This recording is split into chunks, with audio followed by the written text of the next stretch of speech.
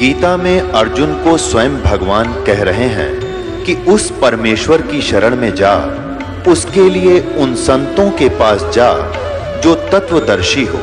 इसी प्रकार हजरत मोहम्मद को उनका अल्लाह कह रहा है कि कोई और पूर्ण परमात्मा है, उसको पाने के लिए उन तत्वदर्शी संत की तलाश कर। वो प्रभु कौन है, ये जानने के लिए कृपया अवश्य सुनिए जगत गुरु तत्वदर्शी संत रामपाल जी महाराज के अमृत वचन।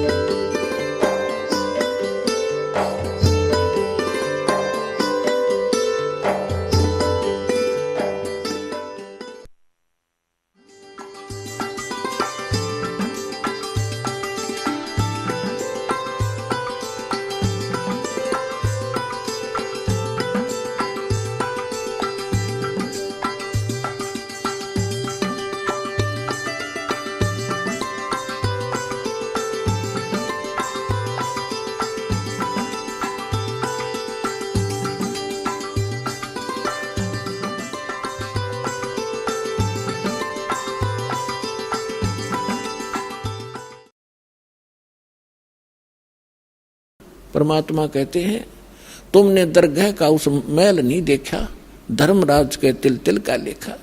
तुमने वहां देखा नहीं भगवान का, वहां कैसे अकाउंट होता है। एक पाई भी एक नए पैसे का वहां हेरा फेरी नहीं होगी। आपका किया कर्म एज ए फिल्म आपके सामने चल पड़ेगा। जहां आप ना नौकर करोगे, यस करते चलोगे तो ठीक है। जहां ये कहोगे ऐसा मैंने नहीं किया, फिल्म चला देगा धर्मराज। क्योंकि एक हमारे अंदर फीड होती है, एक उसके पास फैक्स हो जाती है डेली। तो जब आपको ये ज्ञान होगा कि ऐसा जुल्म क्यों करें, जो भोगना इतना बुरी तरह पड़ता है, तो उस समय आपको कैसा महसूस होगा भगवान बताते हैं। जैसे किर का जहर का रंग होरी हो, कहो कौन तिस खावे राम रंग होरी हो। यदि आप होरी यानी होली मनाना चाहते हो, खुशी मनाना चाहते हो, तो परमात्मा के इस राम नाम की होली में आप समावेश कर लो। इसमें ये राम नाम की होली में आप अपना पार्ट कर लो, हिस्सा कर लो, यानी पूर्ण संत को गुरु बना लो। और यदि आप यहां भी सुखी होना चाहते हो, परमात्मा की शरण ग्रहण करो। और फिर परमात्मा के ज्ञान के आधार से भक्ति करोगे, दान धर्म करोगे, तो आपको वो समर्थ परमात्मा आपके भाग्य में ना होगा तो भी देगा। हम जब तक परम संत के माध्यम से और परमेश्वर उस परम अक्षर ब्रह्म कबीर परमेश्वर की शरण ग्रहण नहीं करते, तब तक हम अपना केवल जो पूर्व जन्म का संस्कार है वही प्राप्त होता है। चाहे बुरा है तो बुरा मिलेगा, अच्छा है तो अच्छा मिलेगा। और जो पुण्यकर्मी प्राणी हैं, आज वो बड़े बड़े सेठ बने हैं, कोई राजनेता बना है, कोई अभिनेता बना है, कोई IAS IPS बना है, कोई डॉक्टर इंजीनियर बना है, कोई जज बना है, कोई एडवोकेट बना है। तो ये पिछले जन्म के घने पुण्यकर्मी प्राणी हैं। और ये सारा जीवन खोटे कर्म करें, चलो सभी तो नहीं करते, चाहे वो सारे जीवन में कितनी गलतियां करें, कितने 2 नंबर के काम करें, उनके पिछले पुण्य उनको प्राप्त होंगे ही होंगे। और उनको एक सबसे बड़ा धोखा ये रहेगा कि हमारा कुछ बिगड़ा को नहीं, हमारा क्या बिगड़ गया, वो फलाने ने ऐसा कर दिया, दकड़ियों ने ऐसा कर रहा था, राज भी वो सुखी है। तो उनके साथ साथ और भी उसी आग में गिरते चले जाएंगे। लेकिन जब हम परमात्मा के विधान से परिचित होंगे कि जब तक आपके पुण्य चलते हैं, आप चाहे डाके मारो, चाहे हत्याएं करो, चाहे बकरे मारो, मांस खाओ, शराब पियो, झूठ बोलो, और चाहे 2 नंबर के काम खूब करो, आपके पूर्व जन्म के पुण्य आपको मिलते रहेंगे। और जिस समय वो पुण्य क्षीण हो जाएंगे, फिर पाप का दौर शुरू होगा। फिर देखना क्या कहर टूटेगा उस घर के, उस प्राणी के ऊपर। यदि वो मनुष्य जीवन भी ठीक ठाक निकल गया तो घने पुण्य थे उसके, लेकिन पापों का ढेर उससे घना है भी। वो नेक्स्ट जीवन में भक्तिहीन प्राणी कुत्ते की योनि में जाएगा और फिर उसके सिर में कीड़े पड़ेंगे, वहां कोई ट्रीटमेंट करनी नहीं पाओगा उसको। तो पुण्यात्माओं, ये कोई डूम बाट के गीत नहीं है कि वैसे ही आपके सामने बेतुकी बकवाद की जा रही है। परमात्मा का वो गूढ़ रहस्य और यथार्थ विधान आपके रूबरू किया जा रहा है, जो खुद भगवान ने बताया और जिनको परमात्मा मिले उन महापुरुषों ने बताया। और ये दास केवल एक टेप रिकॉर्डर का काम कर रहा है, उनके बताए ज्ञान को एज इट इज आपके सामने बोल रहा है। अब परमात्मा बताते हैं, कबीर लूट सको तो लूटियो, राम नाम की लूट, पीछे फिर पछताओगे भाई प्राण जहांगे छूट। वो पृथ्वीपति चकवे गए जिनके चक्कर चलंत, रावण सरीखे कौन गिने भाई ऐसे गए अनंत। राम रटत दारिदर भलो, टूटी घर की छान, वो कंचन मैल किस काम के, जहाँ भक्ति नहीं भगवान। राम रटत कोड़ी भलो, चू चू पड़े जो चाम, वो सुंदर दे किस काम की, जा मुख नाही नाम। कबीर जिव्या तो वाए भली, जो रटे हरि नाम, नहीं तो काट के फेंक दियो ये मुख में भलो ना चाम। पुण्यात्माओं, जिव्या कितनी काम की चीज है, हर प्रकार के टेस्ट बता देती है, खाने में सहयोग देती है, परमात्मा का गुणगान करती है।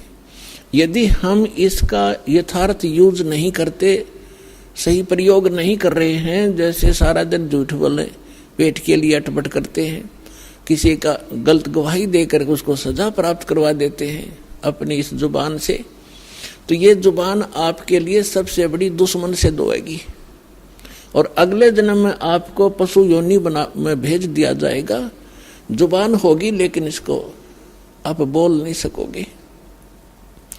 तो परमात्मा कहते हैं, यदि भक्ति नहीं करते हो, परमात्मा की गुणगान नहीं करते हो, इसके अतिरिक्त आप केवल रोजी रोटी या किसी अन्य को सताने के लिए जिह्वा का प्रयोग करते हो। कबीर साहब कहते हैं, हितै पराई आत्मा जीभ बांध तलवार। एक तगड़ा व्यक्ति एक कमजोर व्यक्ति को ऐसा वचन बोल देता जुबान से, अब उसकी पार तो बसाए नहीं, क्योंकि हर तरह से उसे तगड़ा है, बलशाली भी है, वैसे भी राज में पहुंच है, तो वो व्यक्ति उसको प्रत्युत्तर ना दे करके बैठ कर रोता है अपने घर पे, उसकी आत्मा दुख पाती है। तो उसने उस जीभ से तलवार का काम कर दिया, उस आदमी की आत्मा काट दी। उसके बैड काउंट में लिखिएगी, बेशक वो गरीब ना बोल सकता, परमात्मा सारी सुनता है। कहते हैं, चिट्टी पायल बाजा पैर साहिब सुनता है सब लहर। तो इस प्रकार हम इन सभी क्रियाओं से जो परिचित होंगे, उसके विषय में बताया है कि फिर हम ये गलतियां नहीं करेंगे और हम केवल भक्ति करेंगे। तो परमात्मा बताते हैं कि जब आप भक्ति ना करके और अन्य किसी भी विषय पर चर्चा करोगे, आपको ये बात याद आवेगी, क्यों टाइम वेस्ट करा। अपने कोई भक्ति करेंगे या नित्यनेम करेंगे या मंत्र जाप करेंगे, ना अपनी कोई पुस्तक धार्मिक वो पढ़ेंगे, उससे पुण्य बनेंगे। इसके अतिरिक्त हम जो भी करते हैं बोलते हैं वो व्यर्थ है, वो यूजलेस है। इसलिए सभी संतों ने इस बात को समर्थन दिया है कि परमात्मा की भक्ति करो, बाकी आप जितना भी क्रियाएं इसके अतिरिक्त करते हो ये आपको लाभ नहीं देगी। अब जैसे आपने सुना था कि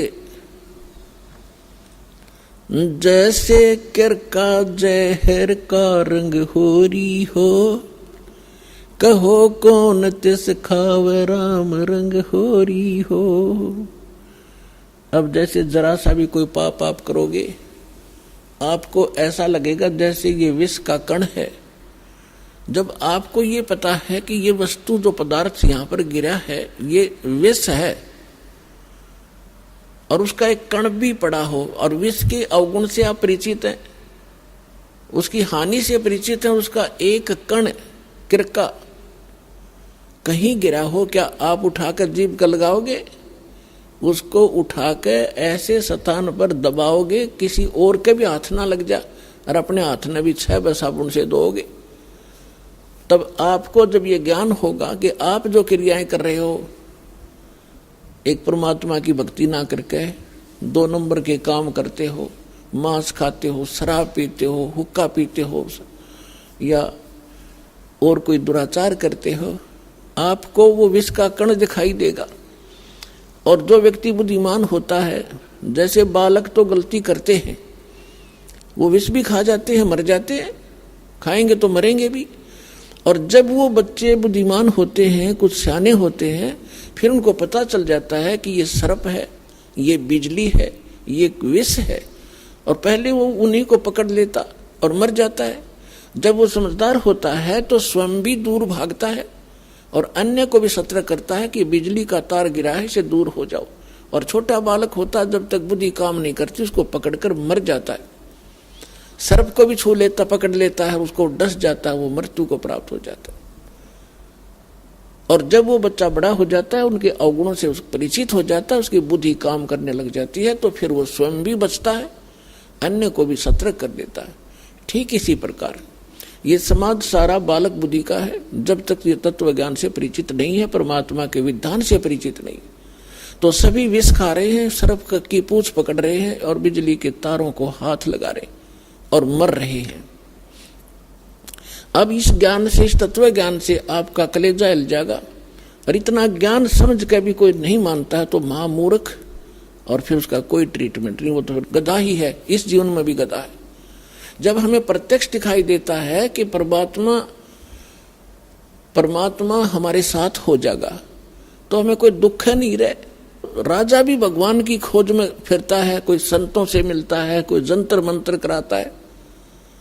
राजा से बड़े तो आप नहीं हो सकती प्रजा, ना सुखी हो सकती जैसा तुम मानते हो। राजा भी अपनी आपत्ति में परमात्मा की आड़ लेता है, और आपको सीधा ही भगवान मिल रहा, तो फिर आपका कौन सी कमी आवेगी, ये विचार करने की बात है। पहले तो दास आपको परमात्मा के विधान और इस ज्ञान से इतना परिपूर्ण कर देगा कि आपके हृदय में ये पक्की बात समा जाएगी कि कबीर इज गॉड, और ये रियलिटी है, वास्तविकता भी है। और फिर ये ऐसा प्रमाणित कर दूंगा कि ये भक्ति है, ये विधि है भक्ति की, और विधि नहीं है। आप बुद्धिमान हो, हमारे पास सदग्रंथ हैं, प्रमाण हैं, जिन महापुरुषों ने ये मंत्र जाप किया उनका उद्धार हुआ, वो मोक्ष हुआ, हम भी मानते हैं ये मुक्ति प्राप्त हुई इनकी। उनके अतिरिक्त कोई मोक्ष प्राप्त प्राणी नहीं है, चाहे वो सिद्धि कितनी ही कर गया हो, चाहे वो कितने चमत्कार दिखाकर मर गया हो, लेकिन वो मोक्ष प्राप्त नहीं है। तो फिर कौन सी समस्या रहेगी? फिर मूर्खता की। जान बूझ साची तजय और करे झूठ तने, ताकि संगत है प्रभु, फिर सोपन में बिना दे। जो इतना ज्ञान समझकर फिर गलतियों पे गलती करता है तो बुद्धिमान व्यक्ति नहीं है, वो तो जानबूझकर बकवाद कर रहा है। अब परमात्मा क्या बताते हैं? राम नाम रटते रहो, राम नाम रटते रहो, जब तक घट में प्राणे, कब हो तो दीन दयाल के हे भनक पड़ेगी कान। अब परमात्मा की भक्ति में आगे बढ़ने के कुछ फार्मूले हैं। जिससे आप स्थिर रहोगे। इन फॉर्मूलों को, इन पॉइंट्स को आपने याद रखना पड़ेगा। जैसे कुछ भक्त आते हैं, कुछ ऐसे भक्त होते हैं जो सब जगह थक लेते हैं, झाड़ फूक करवा के, मंत्र जंतर जप के, गुरु बना के, और जब वो यहाँ आते हैं चाहे कितना भयंकर दुख हो उनके ऊपर, परमात्मा तुरंत ठीक कर देता है।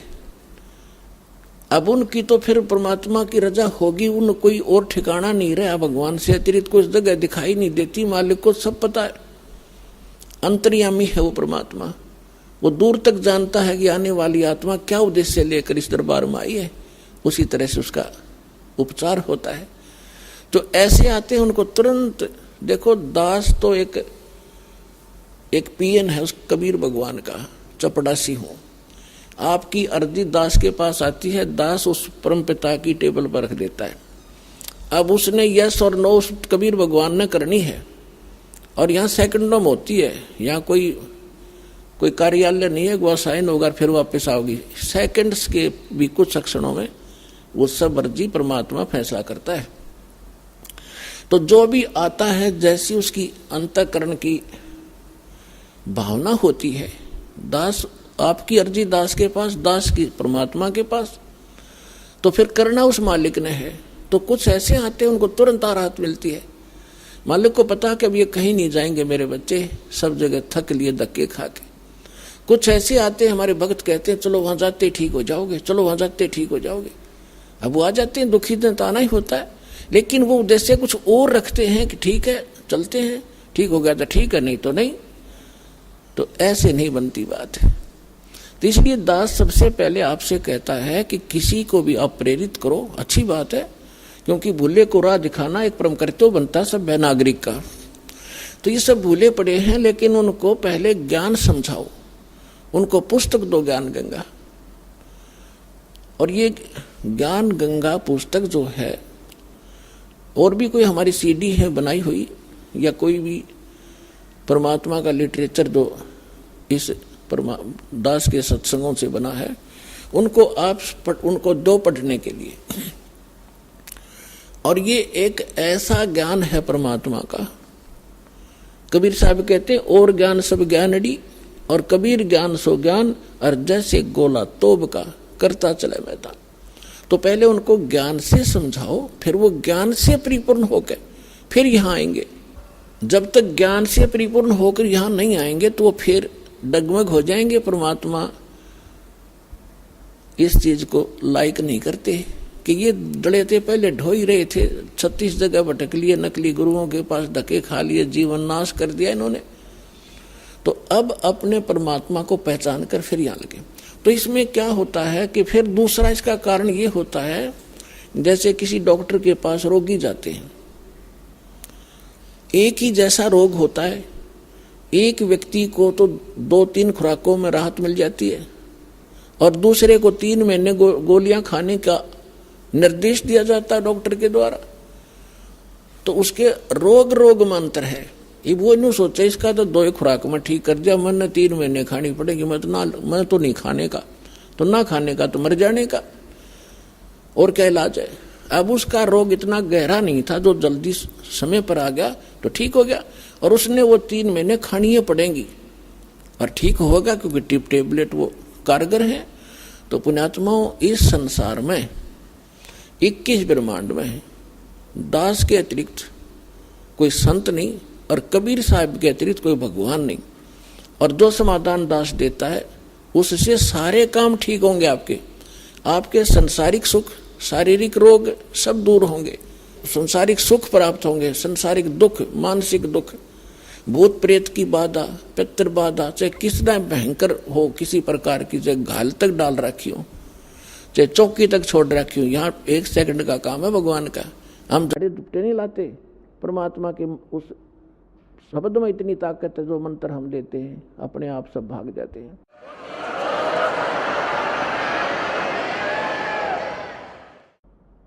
फिर कहते हैं धीरे धीरे रे मना, धीरे सब कुछ होवे, माली सींचे 100 घड़ा, समय आवे फल होवे। अब ये फार्मूले आपने याद रखना इस मार्ग पर कि धीरे धीरे रे बना, धीरे सब कुछ हो। आप बच्चे को स्कूल में भेजते हो प्रथम कक्षा में, और फिर उसको परिपूर्ण ज्ञान प्राप्त कराने के लिए रोजी रोटी के योग्य बनाने के लिए 20 वर्ष तक 15 वर्ष तक फ्री छोड़ देते हो। BA करके फिर वो 5-4 वर्ष का कोर्स भी करता है, और फिर 2 रोटी का साधन उसको बनता है।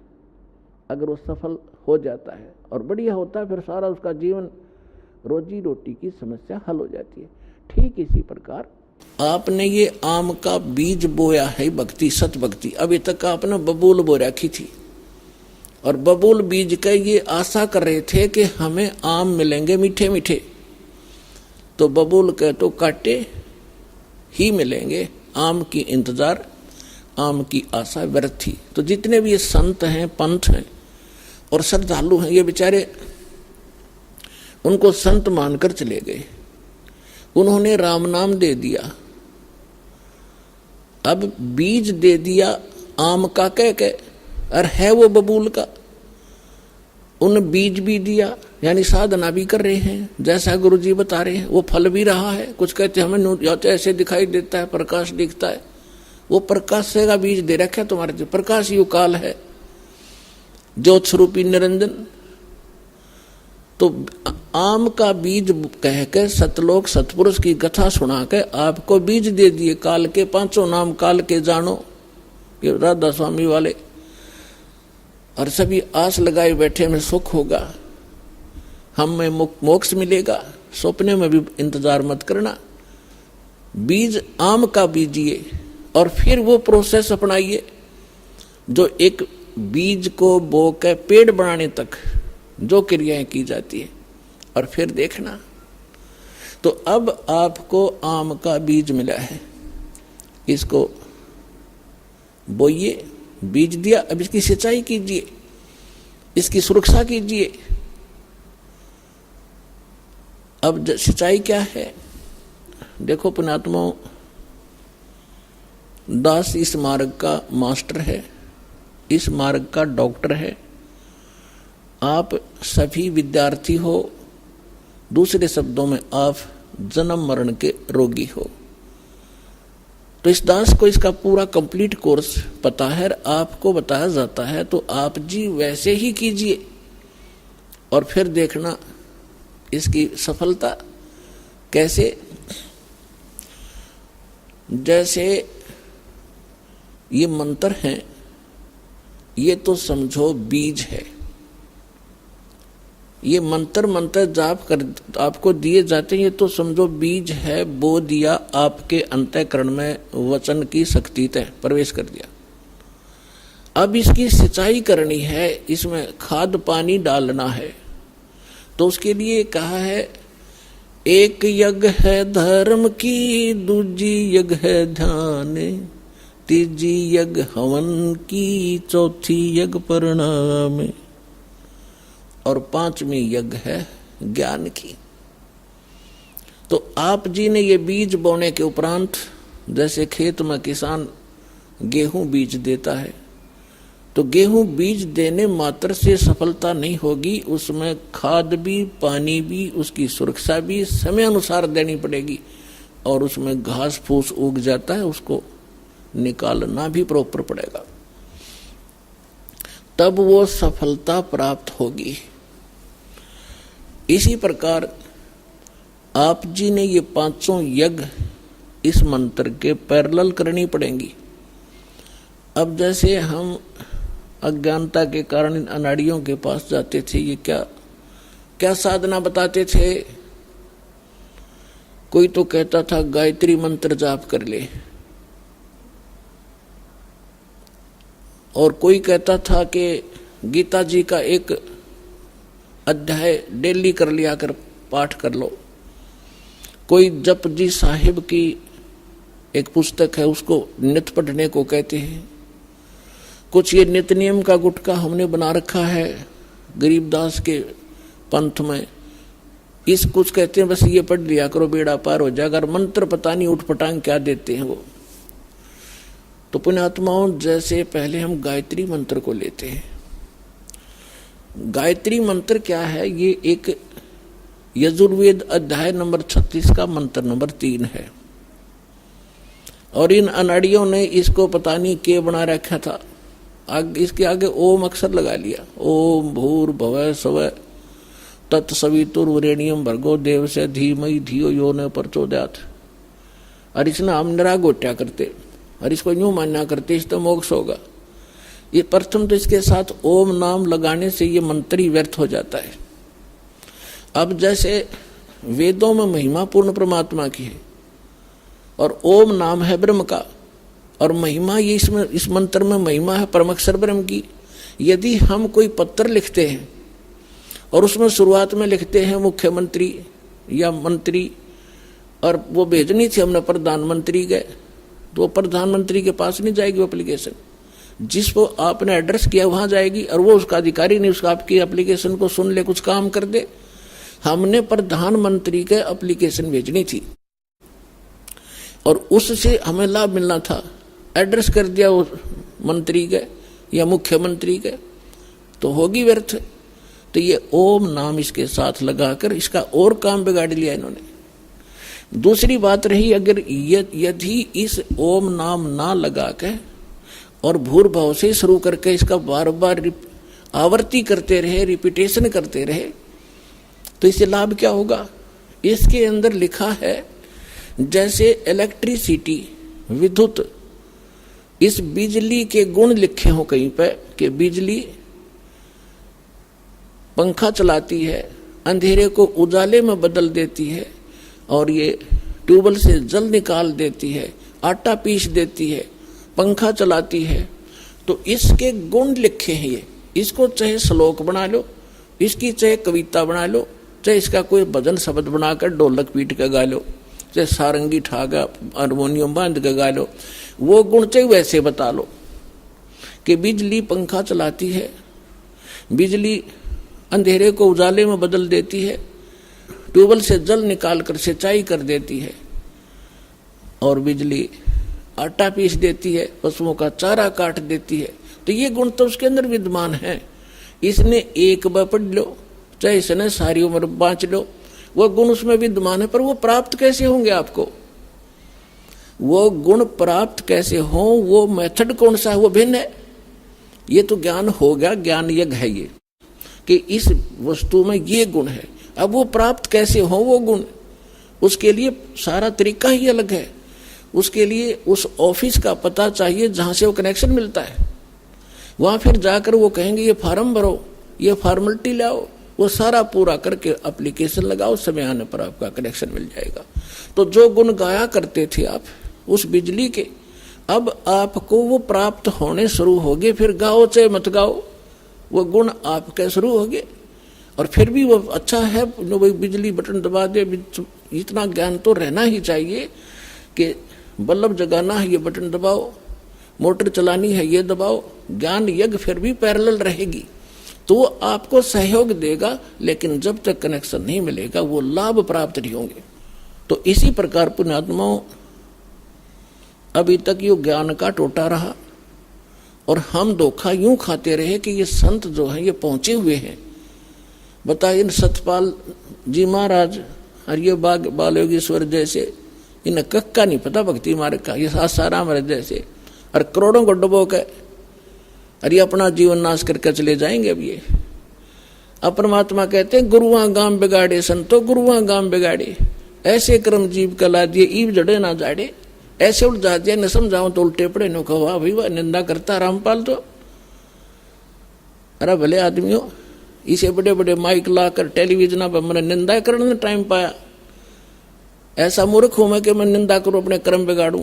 परमात्मा कहते हैं तिनका कबू ना नींदिए जो पाया तले हो, और कभी उड़ आखंड पड़े पीर घड़ेरी हो। हम तो तिनके की निंदा नहीं कर सकते, इतना पाप लगे हमारे को।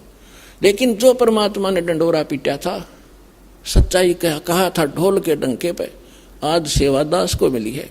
और आखिरी सांस तक निभाऊंगा, चाहे सांस तड़के निकल जाओ।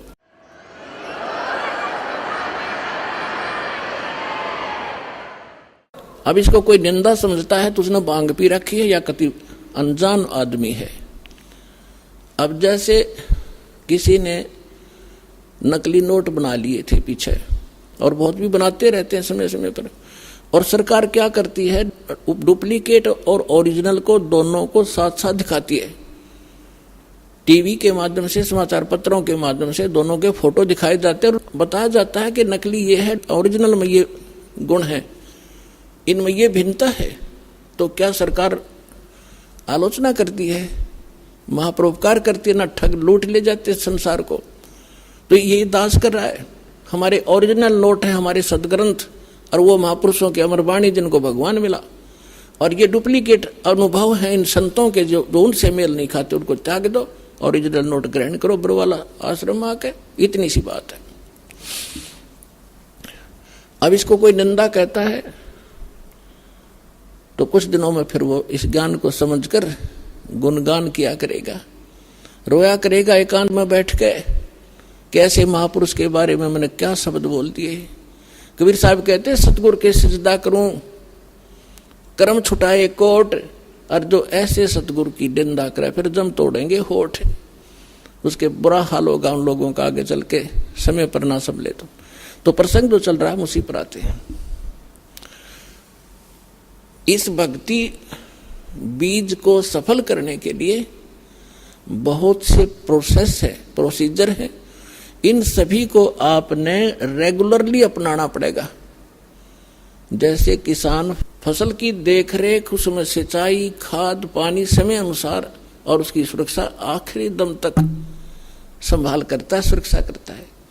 तो कबीर साहब कहते हैं, पाकी खेती देख के गर भाइयों मत किसान, अब हो झोले बहुत हैं, घर आले तब जाने।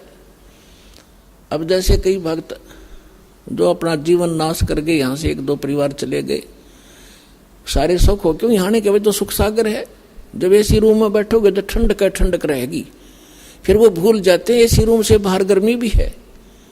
जहाँ एसी नहीं है तो वो कुछ दिनों में निकल जाते हैं एडमिट करके, और बाहर जाके फिर उनको पता चलता है कि क्योंकि जो उन्होंने 2-4 वर्ष पुण्य इकट्ठे कर लिए यहाँ रेगुलर शास्त्र अनुकूल साधना करके, भक्ति करके, और 2-4 वर्ष वो यहाँ रहे हैं, तो उनको वो पुण्य संग्रह हो गए उनके। अब वो पुण्य तक काल देगा ही देगा उनको। अब वो क्या गलती करते हैं, क्या कहते हैं एक दूसरे भक्त को कि हमने तो 3 वर्ष हो गए नाम छोड़ दिया, हमारा क्या बिगड़ गया, सब भटपट की बातें हैं, घर बैठ कर भक्ति कर लेंगे। तो वो एक आध न और डबो सकते, इसलिए दास आपको ये फाउल पॉइंट बता रहे हैं ताकि ऐसा कोई सिर फिरा मिल जाए गुरुद्रोही तो उससे भी बचना आपने। क्योंकि परमात्मा कहते हैं, जैसे माता गर्भ को रख यत्न बना और ठेस लगे तो छिन्न हुए, तेरी ऐसे भक्ति नसावे। तो भक्ति का नाश शीघ्र हो जाता है, इसको प्रफुल्लित करने में समय लगता है। जैसे आम का पौधा वो बो दिया, 2-3 वर्ष में वो इतना को होगा 5-4 फुट का, और तोड़ने वाला एक बार तोड़ जाएगा। वह उसको इतना बनाने में तो 3 वर्ष लग गए, और तोड़ने वाले ने 1 मिनट में कर दिया काम, नाश हो गया। तो भक्ति का नाश तो शीघ्र हो जाएगा, लेकिन इसको प्रफुल्लित करने में आपको सावधानी बरतनी पड़ेगी। तो उनके साथ क्या होगा, अब दास देख रहा है कि आज से 10 वर्ष पहले एक परिवार छोड़ गया था। उनको पहले इतना कष्ट था, गिनती नहीं हुए। 3 वर्ष 4 वर्ष वो भक्ति में रहे, वो सारे सुख हो गए, फिर अटपट भागी, छोड़ गया। अब 10 वर्ष के बाद फिर नाक रगड़ा, नाक है कि हम पर तो वही दुख फेर हो गए। और मैं रोज यही आपको रोज सतर्क कर रहा हूं कि ये गलती मत करो, मत करो, आप मार खा जाओगे। या फिर पहले धक्के खा लो, पहले इन संतों ने खूब टटोला हो जा करके, वहां करके देख लो भक्ति, कुछ दिन फिर आ जाइयो। कर बने बनाए काम ने बिगाड़ा नहीं करते। तो इसलिए जो भी हम कोई ज्ञान प्रचार करवाते हैं उनको पहले कह देते हैं कि उनको नियम पहले बताओ, नियम समझ में आवे तो आ जाइयो, ना फिर और थोड़े से दिन तसल्ली कर लो, फिर आ जाना। प्रथम नियम है, बाद में भक्ति, और फिर ना सफलता हो तो हमें बताइयो। तो हम मार खाते अपनी गलती से। सतगुरु के दरबार में कमी कहे की ना, अनसा मौज नहीं पावता, तेरी चूक चाकरी माँ। परमेश्वर कबीर जी की डिक्शनरी में इम्पॉसिबल वर्ड नहीं है, हम उससे लाभ नहीं प्राप्त कर पा रहे हैं तो कहते हैं आपकी कोई चूक चाकरी में। अब जैसे एक 3 फेज की लाइन से 10 घरों को कनेक्शन मिला हुआ है और अन्य के पंखे भी चल रहे हैं, ट्यूब भी जल रही है और उसका कुछ नहीं चल रहा और कनेक्शन एक स्थान से है। आप कंप्लेन करोगे बिजली विभाग में तो वो मीटर तक चेक करेंगे, वो कहेंगे यहाँ तक लाइट है, आगे अपने पंखे कूलर तुम देखो आगे क्या डिफेक्ट है। तो इसी प्रकार पुण्यात्मा, जो आप में अपनी त्रुटि के कारण परमात्मा की पावर आगे प्रवेश नहीं करके कोई काम नहीं कर पा रही है, तो आप अपना कोई त्रुटि देखो, पुनर्उपदेश लो, रिकनेक्शन करवाओ, रीसेटिंग करवाओ, लेकिन बार बार नामखंड करने से फिर परमात्मा अक्षुब्ध हो जाएंगे। ठीक है, हम ऐसे समाज में आप रह रहे हो अभी तो, जिसमें एक वक्त नाम लेके जाता है और घर वाले सारे विरोधी होते हैं, तो मालिक को पता है कि बच्चे को मजबूर भी कर सकते हैं, थोड़ी बहुत दिन ये संघर्ष करने में पक्का होगा, तब तक उसको नामखंड हो जाता है। तो ऑप्शन बनाया है कि उसको अपना दोबारा उपदेश ले, रीउपदेश ले, उसको रिकनेक्ट करवाएं और फिर मालिक साथ देगा, दृढ़ हो। कबीर साहब कहते हैं सतना छोड़े सूरमा, सत छोड़े पतजा, और सत के बांधे लक्ष्मी या फिर मिले गया। अब जैसे इस दास ने जब शुरुआत करी, मेरे घर वाले सुनने को तैयार नहीं थे इस मार्ग को, मेरा भाई जहाँ भी मैं जाता था भक्ति में साथ रहता था, लेकिन जब ये ज्ञान उसको सुनाया था वो भी चिंगर गया, न बोला इस यो के था। फिर माँ भी सुनो, इससे बड़ा कोई हो सकता है। और जब उनको ज्ञान हुआ सारा परिवार और सबसे आगे खड़े हो गया वही भाई आकर के, तो संघर्ष फिर हमने नहीं छोड़ा, इस बात को लगे ही रहे। और आज देख लो कितना विरोध हुआ, जेल तक भेज दिया झूठा केस बना के इस दास पे, लेकिन आज सफल हुए। परमात्मा कहते सतना छोड़े सूरमा, सत छोड़े पतदा, और सत के बांधे लक्ष्मी फिर मिले गया। हम परमार्थ में लगे हैं, स्वार्थ में गलती कर आदमी 100 बार जेल जाओ, और दुष्ट कर्म है उसका। यदि कोई अपराध करके जाता निरपराध, ये तो एक स्वतंत्रता जैसी लड़ाई है। अज्ञान से ज्ञान को स्वतंत्र करवाना है, जीव को काल से स्वतंत्र करवाना है। इससे बड़ा संघर्ष और इससे बड़ा पुण्यमय कर्म इस पृथ्वी पर नहीं है। आत्म प्राण उद्धार ही ऐसा धर्म नहीं, और जीव का उद्धार करा दे इससे बड़ा कोई पुण्य नहीं इस पृथ्वी पे। तो वो दास कर रहा है, और अब मेरे बच्चे भी सारे लग के तुम उसी में लग जाओ, सब अपने भाई बहन हैं।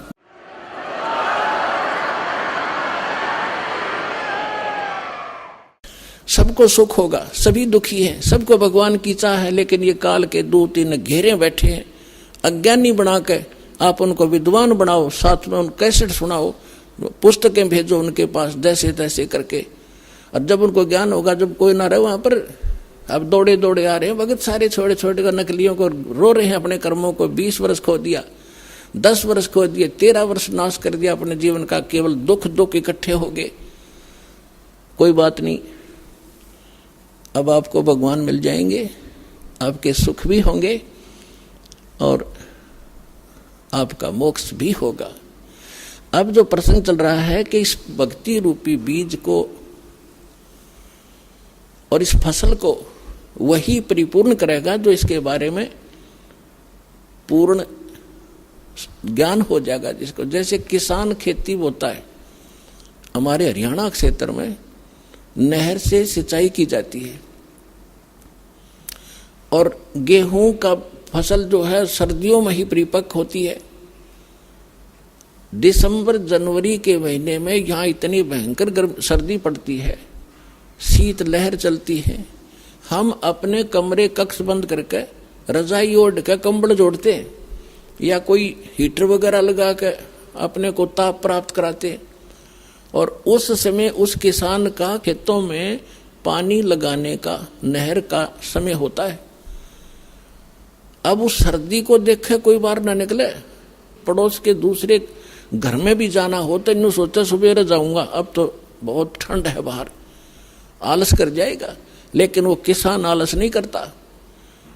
इतनी काली पीली रात होती है, ऊपर से सर्दी गिर रही होती है, भयंकर तेज हवा चल रही होती है, और वो खेत में पहुंच जाता कस्सी लेकर, और जो कंबल वगैरह छोटा मोटा ले रखा उसको भी रख देता है एक तरफ। उस समय जब वो पानी लगाने लगता है और घुटनों पानी में खड़ा हो जाता है और ऊपर से शीत लहर चल रही होती है, तो वो अपने उस मार्ग का, उस फसल को परिपक्व करने का पूर्ण मास्टर है। उसको ये मालूम है जब मैं आज आलस कर गया और सर्दी से डर के कमरे में बैठा रहा, पानी का समय निकल जाएगा, मेरी फसल सूख जाएगी, मेरे बच्चे भूखे मरेंगे और मैं निर्धन हो जाऊंगा। इसलिए वो सिर धड़की बाजी लाकर चाहे सांप काटो, चाहे कांटे लागो और चाहे नमुनिया हो, उस काम ने करके छोड़ेगा और सफल भी होगा। फिर खेत में काट के लाओगा भर के गाड़ी। तो पुण्यात्माओं, आप जिस समय इस मार्ग के ऐसे मास्टर बन जाओगे, उस समय आप देखना ये संघर्ष करोगे ही करोगे, चाहे कितना ही दुख हो। दुख तो माल्य के मार्ग में होता नहीं, लेकिन हम महसूस थोड़ा सा कर लेते हैं, परमात्मा फिर साथ रहता है। आप जब माली के लिए संघर्ष करते हो, वो कोई बालक थोड़ा ही है। पिछले इतिहास देख लो, मीराबाई ने संघर्ष किया, उसके साथ कैसे कैर ढाए थे और मालिक ने पल पल पर मदद की उसकी। विष का प्याला प्यार दिया था तो नहीं मरी। विष का गुण है, नाश कर देता है बॉडी को, और परमात्मा ने गुण बदल दिया भक्त के कारण। तो उसके हाथ में सब पावर है। तो हम अपने भगवान को, उस समर्थ परमात्मा को पहचान कर और इस मालिक के मार्ग को ग्रहण करके फिर इतना दृढ़ होकर चलना पड़ेगा अपने। फिर सफलता देखियो, फिर इसका फल देखना, यहां भी सुख होगे और सतलोक में जाओगे सीधे जहाज में बैठ के। ये गारंटी देता दास आपको।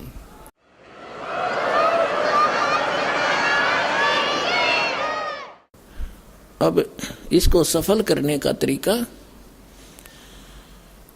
एक यज्ञ है धर्म की, दूजी यज्ञ है ध्यान, तीजी यज्ञ हवन की और चौथी यज्ञ परिणाम।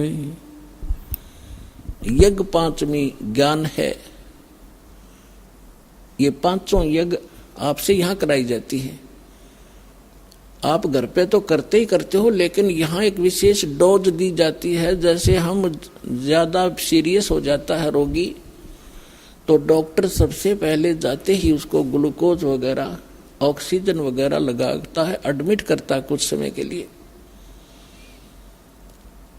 अब जो दास बता रहा था कि जो खेत में बीज बो दिया, बीज तो समझो ये मंत्र है, प्रथम, सेकंड और थर्ड, तीसरा सार नाम, और ये खाद और पानी है, ये पांचों यज्ञ।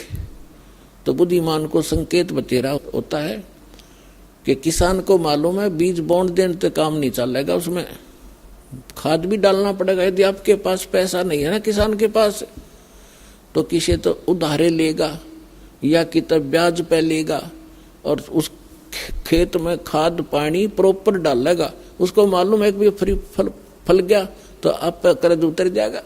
तो इसी तरह आप जी ने इस भक्ति रूपी फसल को परिपक्व करने के लिए ये करना पड़ेगा दान धर्म। एक यज्ञ है धर्म की। अब धर्म, जैसे आप यहाँ आते हो, यहाँ कोई रोटी खाने नहीं आता, कोई यहाँ परमात्मा के लिए आते हैं, अपने संकट के निवारण के लिए आते हैं, अपनी आत्मा के कल्याण के लिए आते हैं। तो यहाँ वो भक्त आते हैं। कौन भक्त? जो परमात्मा के घने लाडले होते हैं। ठीक है, बच्चा मेले में बाप की उंगली छुटा गया और कितने धक्के खाता फिर रहा इधर उधर, तो बाप को वो कितना प्यारा होता है जब वो वापस आ जा। माता पिता को कितना अच्छा लगता है जब वापस मिल जा, और कोई मिला दे उसका भी एहसान मानता है। तो आज हम सभी अपने पिता की उंगली छुटवा कर इस काल के मेले में बिछुड़ गए और हम रोते फिरते उस अपने पिता ने ढूंढ रहे हैं।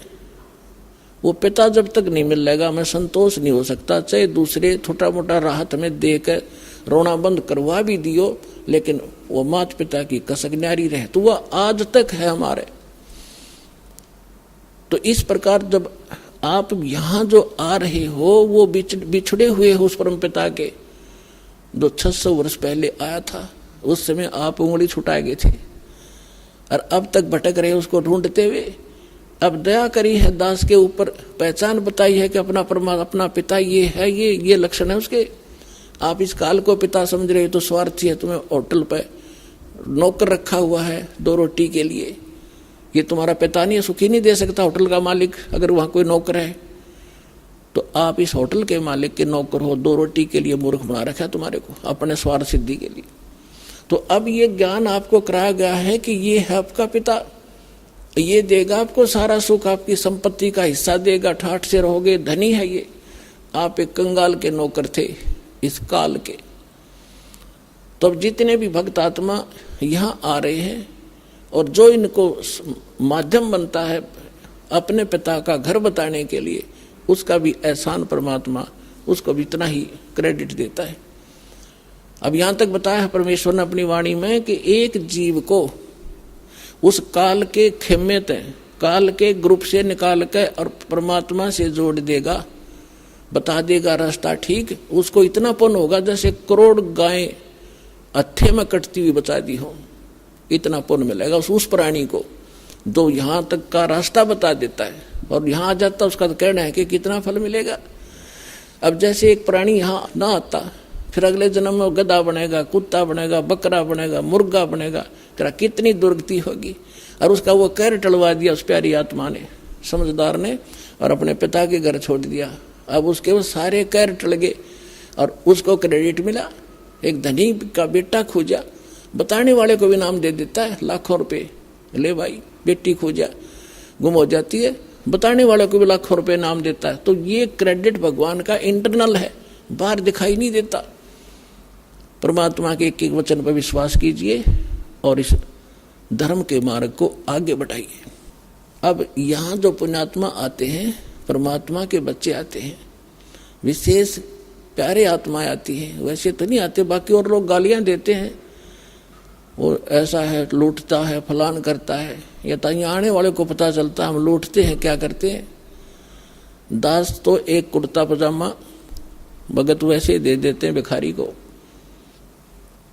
या कोई पैंट कमीज, इससे अतिरिक्त कुछ नहीं मेरे पास। जो भी आता है सारा भगवान के बच्चों के लिए, सारी व्यवस्था में, खाने में, मैटों के लिए, पंखों के लिए, सारी व्यवस्था आपके लिए, एक पैसा परमात्मा का एज इट इज यूज होता है, और इसलिए आप फल रहे हो। अगर इसमें से एक नया पैसा भी खराब कर दिया जाए, मालिक साथ नहीं देगा आपको भी। इसके लिए थोड़ा सा एक कथा सुनाता हूं। एक नरसी नाम के भगत थे। पहले वो सेठ थे, माया में अंधे हो गए थे। परमात्मा ने रजा बख्शी उसके ऊपर, उसकी आंखें खोली। कोई पुत्र नहीं था, एक बेटी थी, उसका ब्याह कर दिया था। और संपत्ति इतनी थी, 56 करोड़ संपत्ति उसके पास थी। 56 करोड़ उस समय, आज तो मेरा ख्याल अरबों खरबों होगी वो। और कोई वारिस नहीं, और फिर भी इतना कंजूस। परमात्मा ने दया करी उसके साथ। एक लीला की वो लंबी कहानी है, लेकिन जो विषय आज है उस पर उतना ही सुनाऊंगा। उसको ऐसा झटका दिया कि उसके समझ में आ गई कि अब माया मेरी दुश्मन है। और माया इकट्ठी वैसे नहीं होती पुण्यात्मा हो, अटपट करके जीव मनुष्य इकट्ठा करता है। उसको मालूम था ब्याज ले लेकर पता नहीं दुनिया को कितना धोखा देकर 2 के 20 बना के, अनपढ़ आदमी थे, ले गया 100 रुपये लिख दिए, 1000 पिता पे उतरे नहीं, तब बेटे ने उतारने पड़े हुए। इस तरह वो करोड़ों संपत्ति बनाए बैठा था। परमात्मा ने उसको आंखें खोली, ज्ञान दिया, एक झटका दिया। उसने सारी भंडारा में लगा दी, दान कर दी सारी। और एक जंगल में झोपड़ी डाल कर बैठ गए, पति पत्नी दोनों। परमात्मा ने ऐसा ज्ञान दिया, भजन कर माला फेर, इस माया के कुछ पट रहा है, कल तेरी मृत्यु हो जाएगी, तेरे ये वारिस है चाचे तवा के, ये बरतेंगे, तू गधा बनेगा, क्या फायदा इसका। तो कहने का भाव है, उसका समझ में आ गई, सारे भंडारा करके और मालिक पे आश्रित होकर बैठ गया। अपने आत्मा हमारा इतना दिल कमजोर हो चुका है कि हम वहां तक बुद्धि उठती नहीं ना, दिल डटता कि हम भगवान पर इतना विश्वास कर सके। जैसे कहते हैं कि तुलसी बेरुआ बाग में शीतत भी मुरझावे, राम भरोसे जो रहे वो पर्वत पर लहरावे। बगीचे के अंदर बूटा लगा दिया, पौधा लगा दिया, सिंचाई करते करते खत्म हो जाता है, मुरझा जाता है। राम भरोसे पर्वत के ऊपर कोई संभालने वाला नहीं, कोई सिंचाई करनिया नहीं। कहते राम भरोसे जो रहे पर्वत पर लहरावे। तो हमारा इतनी बुद्धि उठती नहीं, लेकिन इसको उठाने का ये प्रोसीजर है। एक दिन ऐसी दृढ़ता होगी आपके अंदर, जो सर्वनाश होता दिखा आपने, आप दृढ़ रहना भगवान के ऊपर, फिर देखना ऐसा बादल टल जाएगा, दुख का कोई सोच भी नहीं सकते आप। अब नरसी ने क्या किया, झोपड़ी डाल कर बैठ गया। पहले उसकी हुंडी चला करती थी। हुंडी मीन जैसे आजकल बैंक है और बैंक में ड्राफ्ट बनाया जाता है, उतने पैसे जमा करा दो, उनको आप लिख कर दे देगा बैंक की तरफ से कि ये 10 लाख रुपए का ड्राफ्ट दे दिया। आप किसी भी शहर में जाओगे, उस बैंक से आप वो पैसा वहां ले लोगे। रास्ते में वो एक कागज आपके पास होगा, कोई चोर उचक्का उसको ले नहीं सकता, पैसे को आपसे छीन भी लेगा, आप तुरंत कार्रवाई कर दोगे, वो कैंसिल हो जाएगा। तो इस प्रकार पहले हुंडी बनाई जाती थी, और हुंडी बनाने के लिए राजा लोग अपने शहर के धनी व्यक्तियों को ऑथराइज कर देता था कि ये सेठ इन शहरों में ये हुंडी बनाने के अधिकारी हैं, इनकी इतनी संपत्ति भी है, इतने अमाउंट तक की वो बना सकते हैं, जैसे 10 लाख की या 20 लाख तक बना सकते हैं, या जैसा उनको बता रखा था। तो उनकी वो हुंडी बनाता था पहले, इतना धनी व्यक्ति था। कौन? नरसी मेहता। 4 महात्मा थे, साधु भक्त। उन्होंने द्वारका जाना था भगवान के तीर्थ स्थल पर। 500 रुपये ले रहे थे वह चांदी के। उन्होंने सोचा चांदी के 500 रुपये लेकर जाएंगे, रास्ते में कोई छीन लेगा, हुंडी बनवा लेते हैं। और हुंडी वालों की लिस्ट सब शहरों में सबके पास होती थी। सब जो भी हुंडी लेने देने वाले सेठ थे, और उनके साइन और उनकी कोड वर्ड भी उनको पता होता था। तो उन्होंने सोचा चलो हुंडी बनवा लेते हैं। उनको पता था कि यहाँ एक नरसी नाम का कोई सेठ है, वो हुंडी बनाता है। उस समय वो सेठ निर्धन हो चुका था, लेकिन राम नाम का धनी हो गया था। कबीरा सब जग निर्धना और धनवंता ना को धनवंता सो जानिए। जिस पर राम नाम धन, वह नकली संपत्ति तो यही रह जानी थी। असली धन मिला नरसी को, जंगल में बैठ गया झोपड़ी डाल के। अब वो नगर में गए, उन्होंने पूछा भक्तों ने कि अभी हमने हुंडी बनवानी है, या हुंडी कौन बनाता है? हमने सुना नरसी सेठ बनाता है, उस नरसी का घर कहाँ है? तो उन्होंने, गांव वालों ने तो मजाक पा गया था, नाश कर दिया। अब समाज का, संसार और भगत का, जगत और भगत के विचारों में और क्रियाओं में अंतर होता है, दिन और रात का, इसलिए उनके मतभेद सदा से बने हुए हैं। तो वो लोग कहने लगे कि अच्छा नरसी, अरे नरसी तो भाई बहुत बड़ा सेठ है भाई, बिल्कुल वो तो, लेकिन आजकल नखरे करता वो महात्मा बोले भाई क्या नखरे करता है? पहले तो नाटेगा और ज्यादा दबाव देगे जो बनाओगा वो आजकल। बोले भाई है कहाँ? वो भाई सेठ है, लेकिन आजकल भगत बन रहा है, बाहर जंगल में बैठता, वही हुंडी हांडी बनाता है। अब उन्होंने सारी पक्की जचा दी, भाई ठीक है। वो जाकर कहे भाई नरसी जी कहाँ है? कि ये रहा भाई नरसी जी, आ जाओ। आओ महात्माओं बैठो। आगे वो 500 रुपये रख दिए। अगले सेठ जी हमारी ड्राफ्ट बना दे। अब उसने नरसी ने कहा कि महात्मा जी मेरी हुंडी कैंसिल होली है, मैं सेठ नहीं रहा, मैं कंगाल हो गया, आपने दिखता नहीं मैं यहाँ बैठे हूँ जंगल में। उन न पक्की जचगी, वो जो कहे थे गांव वाले सारी साची अब आएगा, ये तो नरा ने कमार है। वो लाग गया कहने, उनको संत थे, गुस्सा हो गए कि सचमुच वो साची कहे थे गांव वाले, तू नखरे करता आजकल और भक्तों के साथ तू मजाक करता है, तुझे पता नहीं भगवान तुझे श्राप दे देगा, न्यू कर देगा। अब उसने समझ गया उनकी भाषा से नरसी कि ये तो हमारे साथिया ने चंगरा रखे हैं, और जितनी कहूँगा उल्टे पड़ेंगे ये, और कुछ है भाई महात्मा है, साधक है, कुछ उठ पटाक मेरे ऊपर श्राप दे देंगे तो भारी पड़ जाएगा। तो उसने सोचा भाई इनका पीछा भी छुटवाना है, एक कागज मंगवा लिया कि महात्मा जी कागज ले आओ। वो कागज ले आए, उसने लिख दिया सांवल सा, क्योंकि कृष्ण का पुजारी था, श्री कृष्ण जी का पुजारी था, सांवरीय भगवान का। उसने लिख दिया सांवड़ सेठ, सांवरिया सेठ यानी श्री कृष्ण, और आपके दास के पास आपकी 500 रुपए की धरोहर रखी है और आप इन महात्माओं को 500 रुपए द्वारका में दे दियो। अब वो तो लेकर कागज चले गए। पीछे से क्या किया उस सेठ ने, उस 500 रुपए की चांदी के 500 रुपए का खाद्य सामग्री मंगा ली भोजन भंडारे की और भंडारा कर दिया परमात्मा के निमित्त, सारा खिला दिया। अब उन महात्माओं ने जाके वहां द्वारका में पता किया कि भाई एक सांवरिया नाम का कोई सेठ है, उससे हमने हुंडी कैश करानी है। अब आम व्यक्ति ने बता दिया कि इससे पूछ लो, ये सेठ है जिसकी हुंडी चलती है। सामने गए उसके पास, उसने वो कागज देखा। तब उस सेठ ने, द्वारका के सेठ ने कहा कि ये तो फेल हो रहा है, रिजेक्टेड हो गया, ये तो गवर्नमेंट की तरफ से तो कंगाल है, इसकी हुंडी नहीं चलती। महात्मा तुम तो ठग लिए उसने। अब वो महात्मा का गला नहीं उतरा कि वो तो साफ आदमी था, पहले नाट्य भी था, वे मैं बना नहीं सकता, और फिर बना दी। तो यह कहानी क्या है, उन्होंने सोची ये उससे ईर्षा करता होगा। दूसरा पूछा, तीसरा पूछा, जहां भी 5-7 की हुंडी चलती थी, सभी ने ये कहा कि तुम तो ठग लिए महात्मा, इसके नाम पर 54 नहीं मिला तुम्हें, कितना घूम लो। अब उनको बड़ा दुख हुआ कि भाई, और ये भी नहीं उलाना भी नहीं दे सकते, नरसिंह में ठग लिया, तो नाट्य था भाई। और उनको ये भी मालूम था ऐसा भगत है तो पैसे नो के नो पाओगे हमारे सुरक्षित वहां पर। इसलिए वो बोले भाई देखो कुछ खावा पीवा हो, ये बात फलाने पड़ेंगे भक्ता का किसी का आगे, और बड़ी गलत बढ़िया। तो वो बैठ के एक तरफ जाकर अपना विचार विमर्श कर रहे थे। तब नरसिंह परमात्मा की दया से भक्तों की कुछ दृष्टि काम करने लग जाती है। नरसिंह जी ने देखा कि परमात्मा आए कि नहीं उनको देने के लिए, हुंडी कैश करी कि नहीं भगवान ने। उसने देखा महात्मा तो पश्चाताप कर रहे हैं, हुंडी मिली नहीं, उस कागज को साथ लिए बैठे हैं।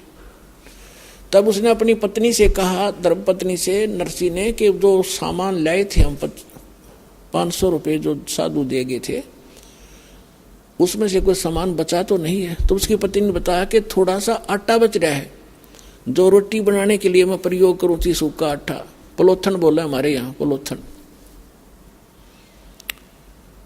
तो उसके नरसिंह ने कहा कि आप इसकी रोटी बनाओ पानी के हाथ लगा लगा के। उसने उसके बचे हुए आटे की 4 रोटी बनी। अब 4 रोटी बनाकर थाली बाहर निकला था, को साधु संत मिल जा रहा चलता, उसने खिला दूं। इतने में परमात्मा पहुंच गए एक साधु रूप बना के। और नरसिंह घर झोपड़ी से बाहर निकला, सामने महात्मा खड़े थे। नरसिंह ने कहा, महात्मा जी भोजन खा लो, अगला भाई भूख लाग रही है। अब 4 रोटी उसको चारों की चारों रख दी और रोटी खा के महात्मा जी चले गए। परमात्मा कहते सोचल छिद्र मैं करूं अपने जन के काज। अब थोड़ी देर में देखा तो क्या हुआ कि परमात्मा पहुंच गए मारवाड़ी सेठ बन के, लंबा इतना बड़ा साफा, कान में कलम और काख में वो पैड बई और धोती, जैसे राजस्थानी बांधा कर दो लांगड़ की। और वो पहुंच गए वहां पर मारवाड़ी सेठ बन के और कहने लगे, महात्मा जी कैसे बैठे हो? उन्होंने देखा भाई वो में सेठ दिखाई दे, इसने भी दिखा दिया यो कागज। कहने लगे, महाराज जी के बताओ सेठ जी, हमारे गल तो बूंदी बन गई, बहुत बुरा हो गया। हम ऐसे ऐसे वहां से आए हैं, एक नरसिंह नाम का सेठ था। अब उसने सारी बता दी, वो नाट्य भी था पर हमने जबरदस्ती कर दी, उनको घना तंग कर दिया। उसने यो कागज बना दिया